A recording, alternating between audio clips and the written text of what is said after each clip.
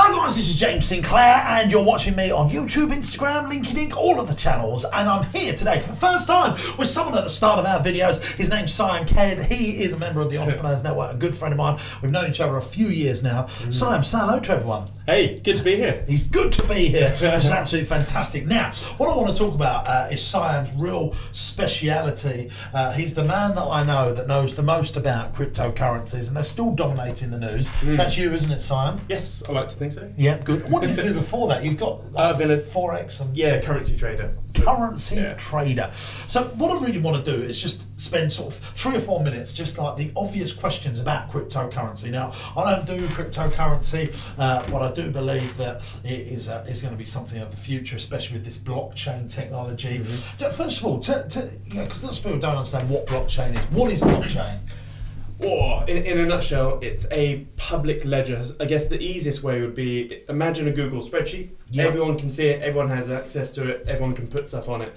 But once something goes on it, you can't take it out. It's there for the whole world to see. And why is that going to, because everyone's saying that blockchain is going to disrupt the banks. Yeah. Why is that going to disrupt the banks? Well, the secret superpower that cryptos have is disintermediation. So everyone's like focusing on the wrong thing. They're like, well, which coin is going to go to the moon, etc. That's all bollocks. It really is.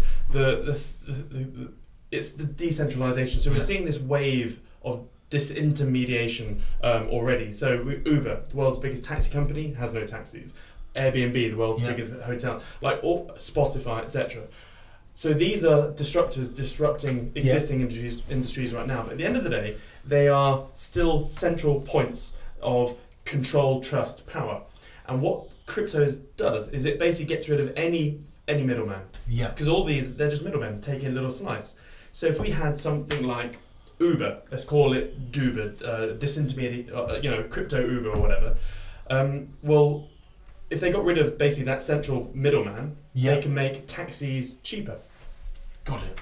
So let's talk about banking, because I think that's the thing that I keep on hearing that they're, and I think that worries people actually. That we've trusted these big banks, and so in the UK we've got 6 big banks in effect, and there's definitely trust around. Everyone goes to banking rights, but they still trust their bank in the UK. So if I'm paying from my bank account to your bank account, the bank's actually doing that transaction for me, whether it be NatWest, Barclays, or whoever. So blockchain could remove that 100% in the future. And I could send stuff to you via my blockchain. Is that no? Just from your crypto wallet to my crypto wallet. So that's it. So basically, what you're saying is there isn't going to be a need for a bank. Yeah, middlemen. Banks are just a middleman. Basically, all a bank does is supposedly looks after your money for you. Yeah. And allows you to. In fact, that's pretty much all it does. It just looks after your money. And a lot of people think that. You put some money into your bank account and they give you 2% interest, and then they loan that money to someone else at 4% interest. That hasn't. So they make the 2% spread. That hasn't happened in like 1,000 years. No, that doesn't happen. Full stop. And they borrow from the market, don't they? It's just a middleman. So like it's 2018 and it's archaic that we cannot send money over the weekend. It takes up to 2 hours to do a bank transfer. It takes up to a day to do an international payment. If you do an international payment, it's going to cost you, 15 to 25 quid in fees. Like, there's all these things.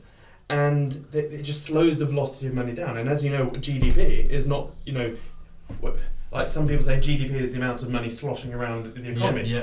Well, one of the biggest variables of GDP is the velocity of money.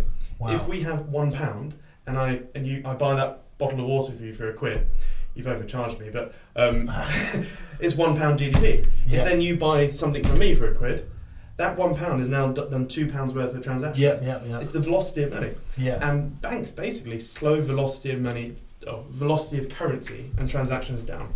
Got it. Slightly. So people talk about the legal frameworks, like saying, buying a house, the searches and all that. They're saying in the future blockchain is going to speed that process up. Oh yeah, massive. So it's interesting. So for about 18 months, I've said estate agents and banks are going to be probably 2 of the first entities to die, because there's absolutely no reason why it takes months to complete on a house, why some estate agents take up to, what, 5,000 or plus in fees. Yeah, there's surveying, there's legal, there's all of that bollocks. And when you, basically, if you were to create a marketplace like Rightmove or Zoopla, but it was blockchain based, or let's just call it crypto based, and it had a layer of smart contracts, what you could then do is buy a house in under 10 minutes for under 10 quid in fees. Unbelievable. So, I mean, you genuinely, because I think that people who listen to go, I just don't see this as reality, but it's happening, isn't it? It's not already, like, I put a post out yesterday because I had a chat with a guy who, so that tick, so the estate agent death countdown is now ticking as of a week ago. I had a chat with a guy yesterday who is setting up the world's first crypto estate agent killer. So he's basically doing exactly what I just said. And the thing is, because obviously there will be estate agents, it's just going to take, like Purple Bricks, they're already like dominating the market by reducing the fees. And because you with a basic normal bog standard house transaction, you can get everything sorted. You can get the contracts all done. You put onto the smart contract. You have the surveyors, the legal type stuff, whatever. So yeah, it should be like buying a pair of trainers. Unbelievable, and the technology's out there. It's invented. It's there. It's just we're waiting for it to happen. It's getting there. At the moment, it's like the internet in around 1996 at the moment, but we have the hype of the internet around 1999, and the discrepancy between those two is because we've got social media now. Yeah, the difference is though, Simon, like, technology's moving much faster, isn't it? So you say that 96 to 99, you would see, I mean, you know, like everyone had a fax machine. It really took 25 years for the fax machine to really start being a household thing. And you see the internet really, when it, you know, from conception, there's a couple of decades really, but now when things come out, it's like 2 or 3 years before it's, you know, like the smartphone, like we all saw that in 2007. By 2008-9, every bugger had that. The rate of adoption, in terms of tech, the rate of adoption is increasing. So the example that pops into my head right now is contactless technology. Yeah. Where was that 3 years ago? Oh, absolutely, yeah. That's exactly it. You know, the speed of, you know, I remember watching like Star Wars and Star Trek and stuff like when I was a kid, and I had like these watches that did stuff and these touchscreen iPhones that did stuff, and they could do things with a thumbprint on James Bond, or they had eye recognition. And we've got all that stuff now, you know. It's just nuts. And it's because new tech is using the whole, basically, shoulders of existing tech. Yeah. So, like, so for example, what was I going to say? So, for example, when the internet came along, that was a big deal because it was basically we can now communicate across the world pretty easily. But the internet is what, as we know, is the communication internet. So we can transfer information from one to another. And then obviously it's taken 25 plus years. It was 1983, Tim Berners-Lee, and so now the reason why cryptos are so powerful is that we can now transfer value at the speed of like anywhere in the world. Zero fees, instant transactions, unlimited scalability, and it's going to grow a lot faster because we now have social media. Like back when the internet came around, there wasn't Facebook or LinkedIn or Twitter. Unbelievable. Yeah. So I mean, everything's being disrupted at the moment. You know, you're talking about. You know, I was speaking to people that work for the Sun. I was speaking to one of their senior editors, and he's like, "I'm thinking about a career change because every year our newspaper sales are dwindling, and the smart people, you know, where the Daily Mail, they've gone online early, haven't they? And the Mail Online is one of the most read websites in the world. But if you don't innovate quickly enough, you die, don't you? Yeah. And I think the people that are embracing tech and embracing these things, I've always said this, if you've got an offline brand and then you go online, you've got a far chance of quickly going up, you know. And you see, why didn't Toys R Us do that? Why didn't Woolworths do these things, you know?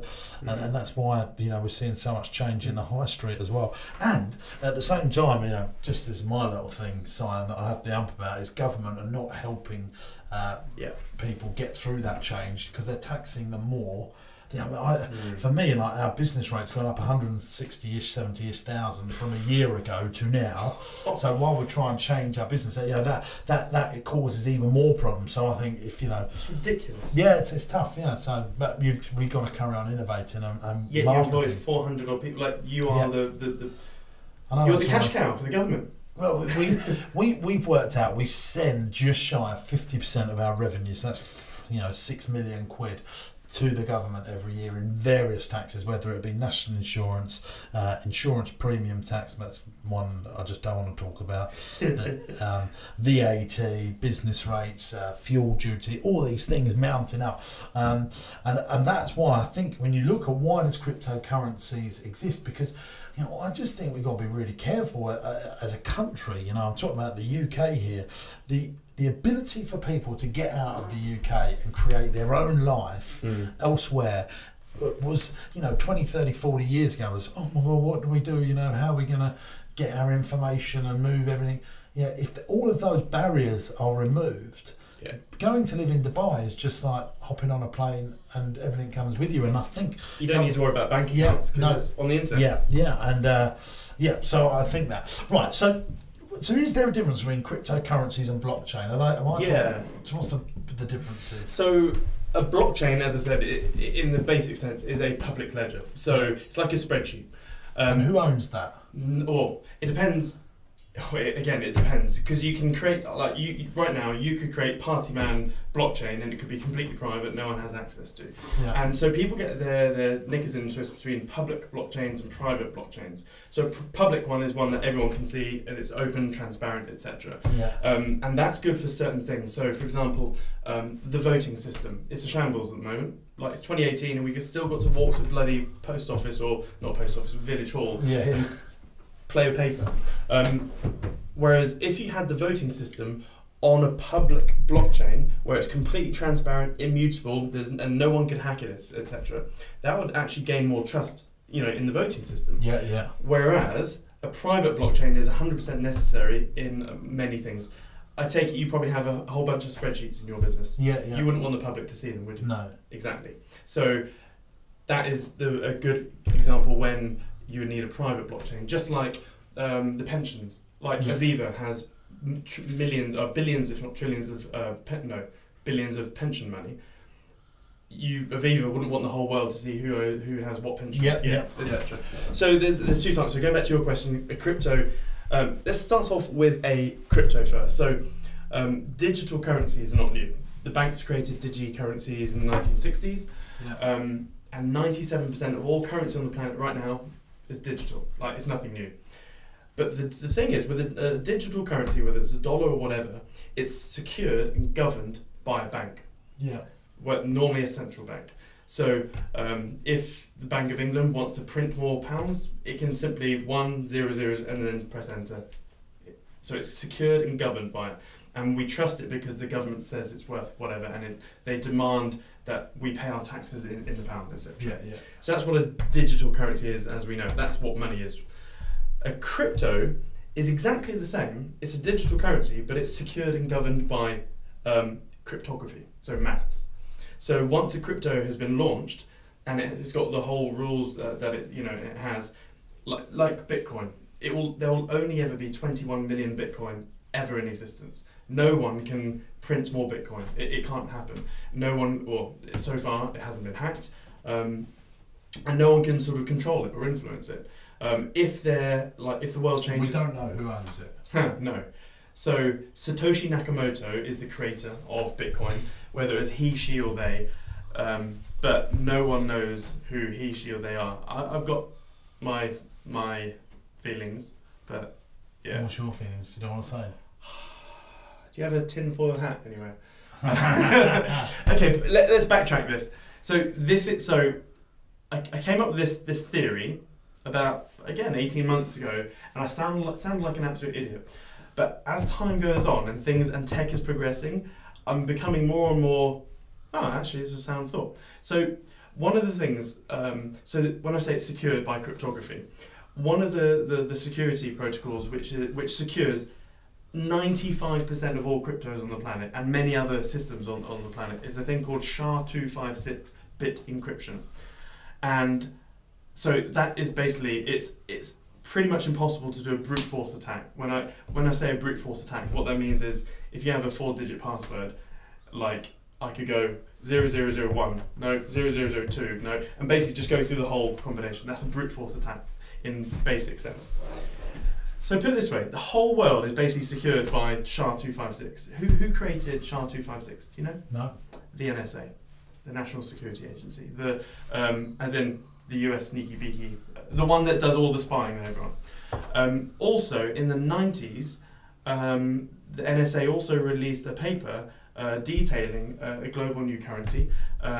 It would be a cryptocurrency based on a public ledger, blah, blah, blah. And then in 2009, at the height of the economic crash, Bitcoin was released. 80% of the Bitcoin white paper is pretty much identical to the thing that the NSA released. So I think the NSA created Bitcoin. So in effect, I'm saying this on video. There we go. Yeah. Fascinating and I think, stuff.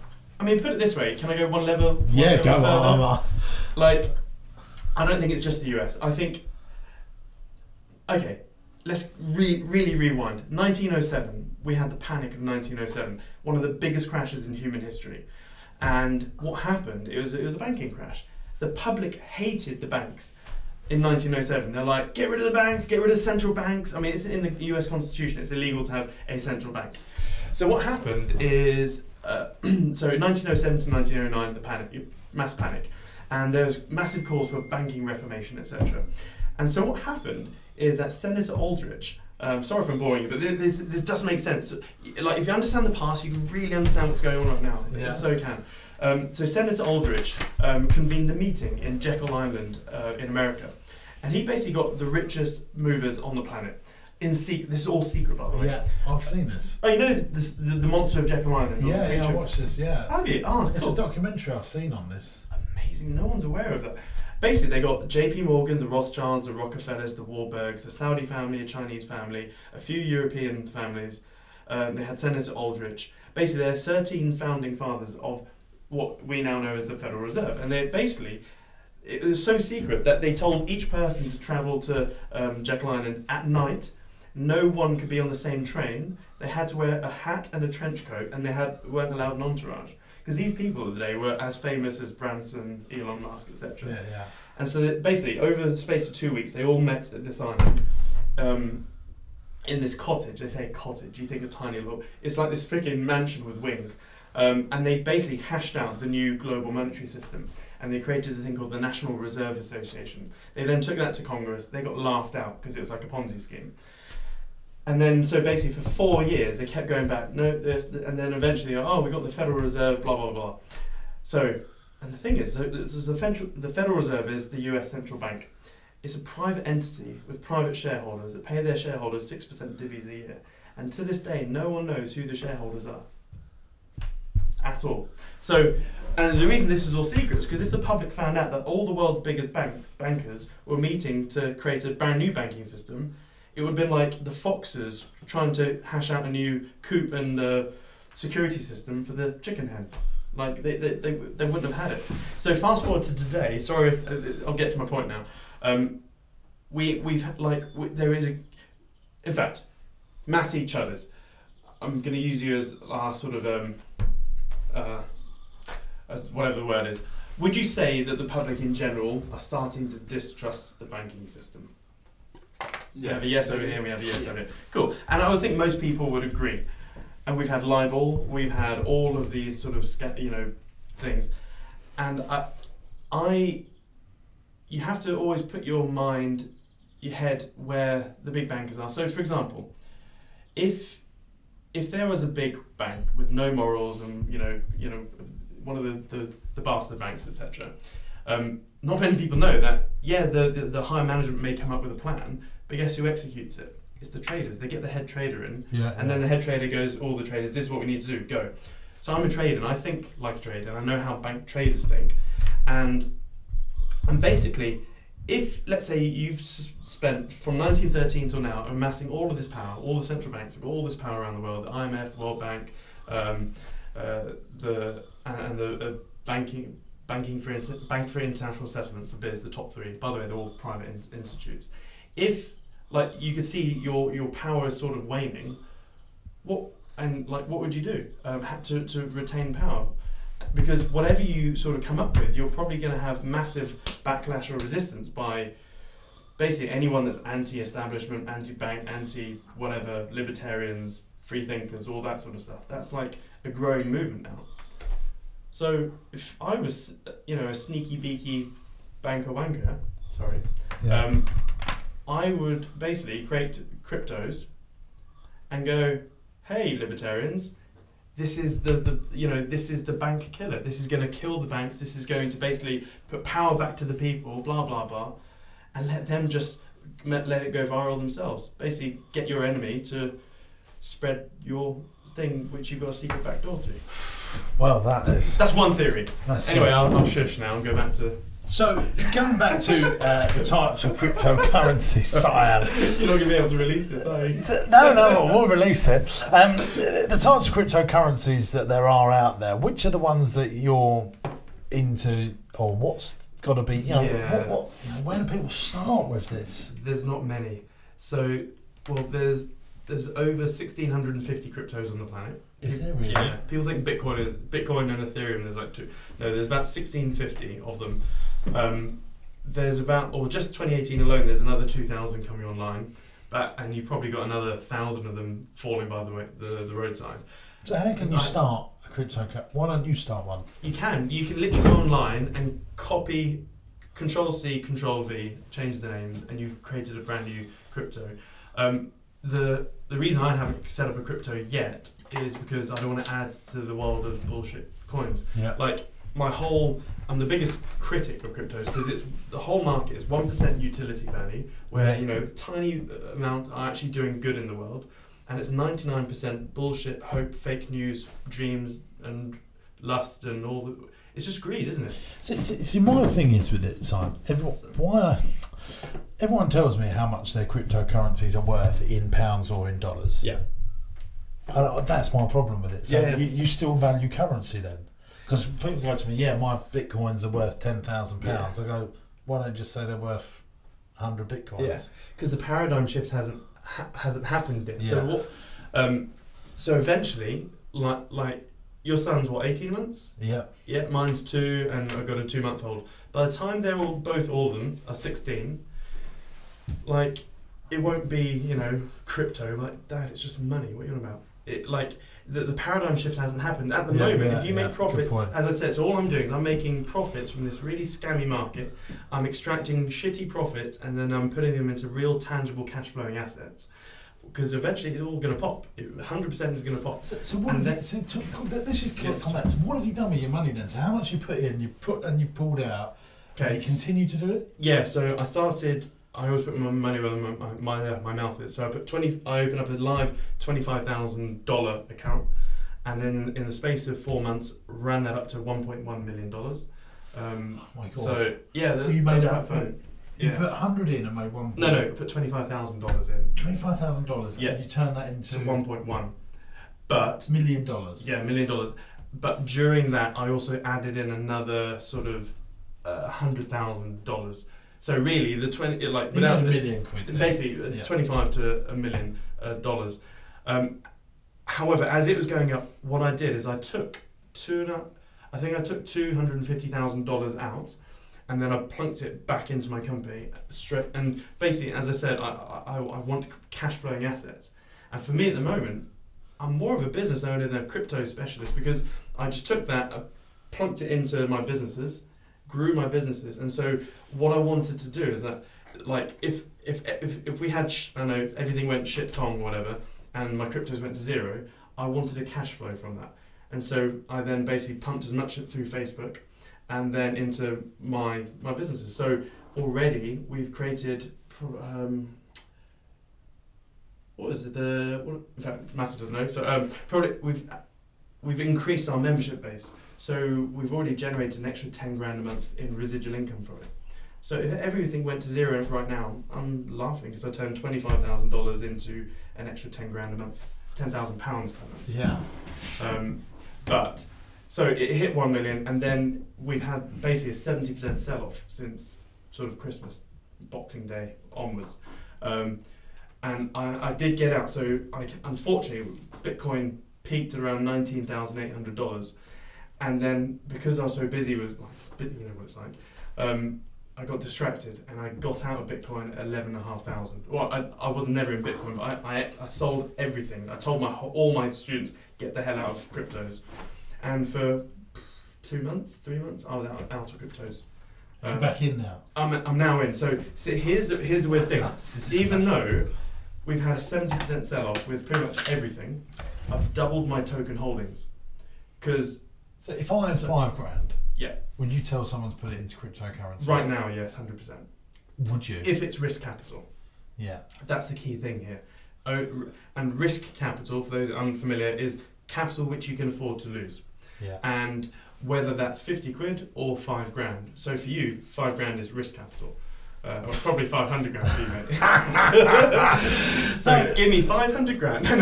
But so someone put in, let's just do it round numbers, £1,000 into cryptocurrencies. What do you think is going to happen to that £1,000 as a best guess? I know you don't know because you can't know. Yeah. In 12 months. 12 months. Anywhere from 0 to pick. In fact, I'll give you some examples. So Habib, so everyone in my community knows Habib. He's one of my first crypto students. He put $3,000 in when I told him and everyone else to, and he ran that up to $124,000 in that same period. And so far we've had 50. I've got this nice little list of people, and I'm going to print all their faces out and put them on our wall of fame. We've got 50 people that have made over 6 figures in profit. By copying my trades, etc. So he did that in how long? The same 4-month period that I grew mine from 25. So he went from $3,000 to $124,000 in 3 months. Yep. And he's one of 50. And what's the tax implications in the UK on this? Oh, no one actually knows properly because HMRC, they have these really wide grey buffer lines, and they will not give basically, it's not tax free. Oh no, it's capital gains tax, but there's different criteria because if it's just you, like you've just plunked some money in, then we've got loads of profit. CGT, so personal capital gains tax, is actually the best outcome. So if you're a low rate taxpayer, that's 18% CGT. If you're high rate, it's 28%, and that's the best case. Worst case is if they go, actually, you're a professional trader, that's now income tax. Oh shit, depending how much you've made, it could be 40 or 45%.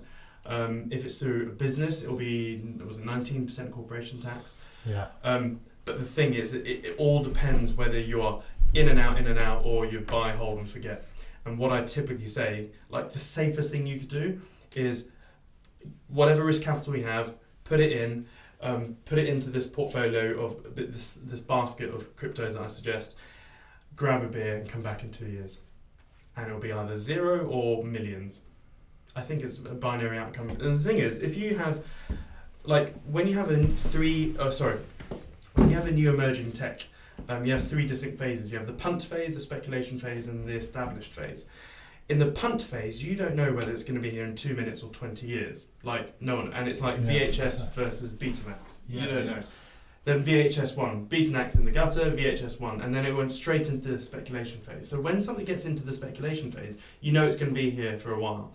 And that's when you see the bubble. Because that's when, it's here, public come rushing in, and then everything goes crazy, batshit crazy. And you always see a bubble, always. The bubble is always in the speculation phase. And then you have the blow off top, everyone gets hurt, regulations come in because governments have forced, because there's always a public outcry, so you have knee-jerk regulations coming in, and then it sort of slowly hobbles into the established phase. And that's where you see real... what are we at the moment? We're at the beginning, right at the beginning of the speculation phase. And so the thing is... And you got in on the punt phase? No, I think the beginning of the speculation phase is sort of end of mid-2016 to now. I think we are getting very close to the beginning of that bubble. Because the thing is, I'm a historian of money, and I love the history of money. And I would highly urge everyone just to get clued up about bubbles. And what you'll see, there's a distinct pattern with every bubble in human history. It's the public that pops bubbles, no one else. The government or scam artists may set up a bubble, but it's the public that actually pop the bubbles. And we're nowhere near peak bubble yet, because you go in fact, I embarrass my wife.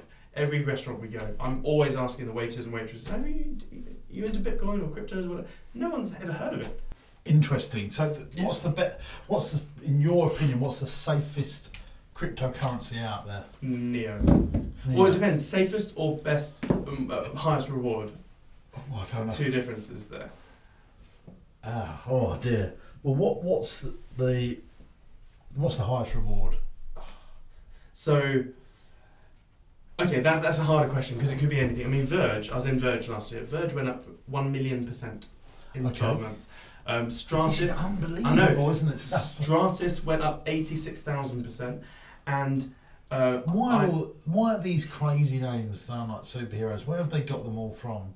People just make them up. Yeah, just make them up. Yeah, it's nuts. So I mean, there's loads that have done this. Personally, my favourite is Neo. So Neo is basically the Chinese crypto. The founder of Neo is a guy called Da Hongfei, and Da Hongfei is on the government advisory board for the Chinese government. Yeah. And the thing is, China basically just the blanket banning of pretty much everything in 2017, and China does that all the time. They ban YouTube, they ban Google, they ban freaking Facebook. It's unbelievable. But what they do is they do this blanket ban just to basically calm down, and then they start clawing things back. But the thing is, Da Hongfei is on the government board. So which crypto do you think is going to be front and centre when they So Da Hongfei is just, and you know he's a real. Oh yeah, he's all over. He does speaking gigs. I think me and Cheddar should just come up with our own cryptocurrency. Yen coin. We could call it Party coin. Desirium, couldn't we? And we could say it was founded by One Hung Lo. That's what we can do, couldn't we?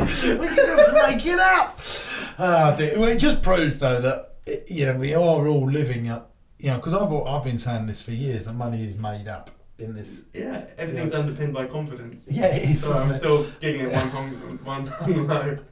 Like, yeah, you're right. What depicts that this is £1, £1.50, £2, or £50? It's all on what governments make you believe, isn't it? And if I was dying of thirst, that'd be worth £1,000. Absolutely. That has utility value. Whereas most cryptos, 99% of cryptos, have zero utility value. Yeah. So that's why one of my big things is that I only get cryptos that have real world utility. Unbelievable. Real world. Yeah. It's a fascinating chat. So that's Siam Kidd. Siam, how can people find out about you? TheRealisticTrader.com. The Realistic Trader. Me on YouTube. The other good thing about Siam as well, he's very similar to me in that he puts out tons and tons of free video content. So your content is mainly around Forex, crypto, and you're still doing Forex? Yeah, I am. Yeah. I mean, crypto is just a natural evolution of trading, because I've been a currency trader for 13 years. Cryptos is another currency. So what have you got more in, Forex or crypto? At the moment, crypto. Yeah. And when you're doing Forex, you're trading currencies against each other. Yeah. Okay, fantastic. So Siam's, really nice guy, very knowledgeable on the stuff. So check him out for his Forex and his cryptocurrency stuff. On the YouTube channel is just Siam Kidd. Yep. Yeah, there's loads of good videos, and they're well edited, nearly as good as ours, aren't they, Chudders? Nowhere near. I wonder who got the idea of having a Chudders. Gary Vaynerchuk, that's where we started. Okay, guys, thanks very much from Siam and from me, James Sinclair. See you soon. Bye bye.